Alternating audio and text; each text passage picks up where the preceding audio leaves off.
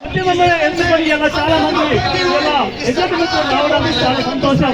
అందుకోసం ఇలా తప్పు చేసిన వాడు ఒకరైతే ఇలా మన శిక్షణ పెంచేవాడు ఎగ్జెక్ట్ అవుతా ఉన్నారు, ఖాతాదారులు అవుతా ఉన్నారు. కానీ ఈనాటికి దాదాపు కొత్త ప్రజల్లో దాదాపు 10,000 మంది ఇలా చనిపోవడం జరిగింది, 100,000 మంది సూసైడ్ చేసుకోవడం జరిగింది. కానీ ఇలా డబ్బులు మాత్రం రావట్లేదు. అందుకని ఈ డబ్బులు వచ్చే వరకు మనం కొట్టాలి, సాధించుకోవాల్సిన బాధ్యత మన ఇద్దరిలో పైన ఉంది. ఆ రోజు ఖాతాదారుల దగ్గరికి వెళ్ళి ఎన్నో మాటలు చెప్పి మనం డబ్బులు తీసుకొచ్చిన చరిత్ర మన అందరికీ ఉంది. ఆ రోజు మనల్ని మన చరిత్రను చూసి వాళ్ళు ఖాతాదారులు డబ్బులు నమ్మి మనల్ని బ్యాంకులో వేయడం జరిగింది. కానీ ఈ రోజు వాళ్ళకి అన్యాయం చేసిన వాళ్ళం అవుతా ఉన్నాం. కానీ గవర్నమెంట్ గత పార్లమెంటు సమావేశాల్లో, పార్లమెంట్ ఎన్నికల్లో 2 సార్లు 3 సార్లు ప్రతి ఖాతాదారుడికి డబ్బులు చెల్లిస్తానని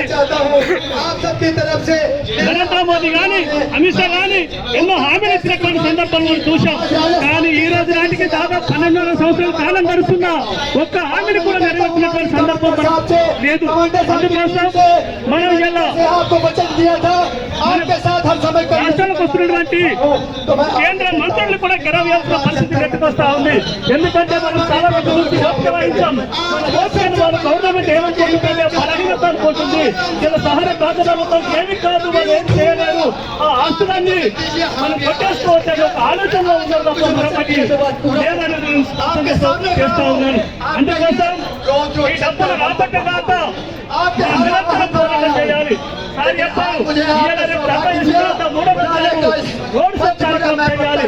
ఎందుకంటే ఎంతమంది ముఖ్యంగా కాదు, ఆ రోజు పార్లమెంట్ లో బ్రిటిష్ ప్రభుత్వానికి వ్యతిరేకంగా భగత్ సింగ్, రఘువీర్ సుఖదేవ్ ముగ్గురు కలిసి పార్లమెంట్ సమావేశాన్ని అనిపించినటువంటి సందర్భం చూసాం.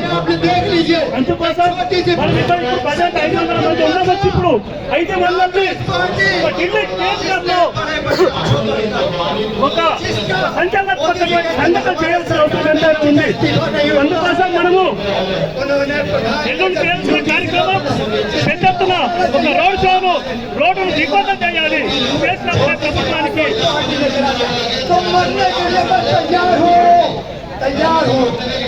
ప్రభుత్వానికి కనువిప్పు చేస్తాం. అందుకోసం రోడ్ షో కార్యక్రమాన్ని పోలీసులు పర్మిషన్ ఉన్నా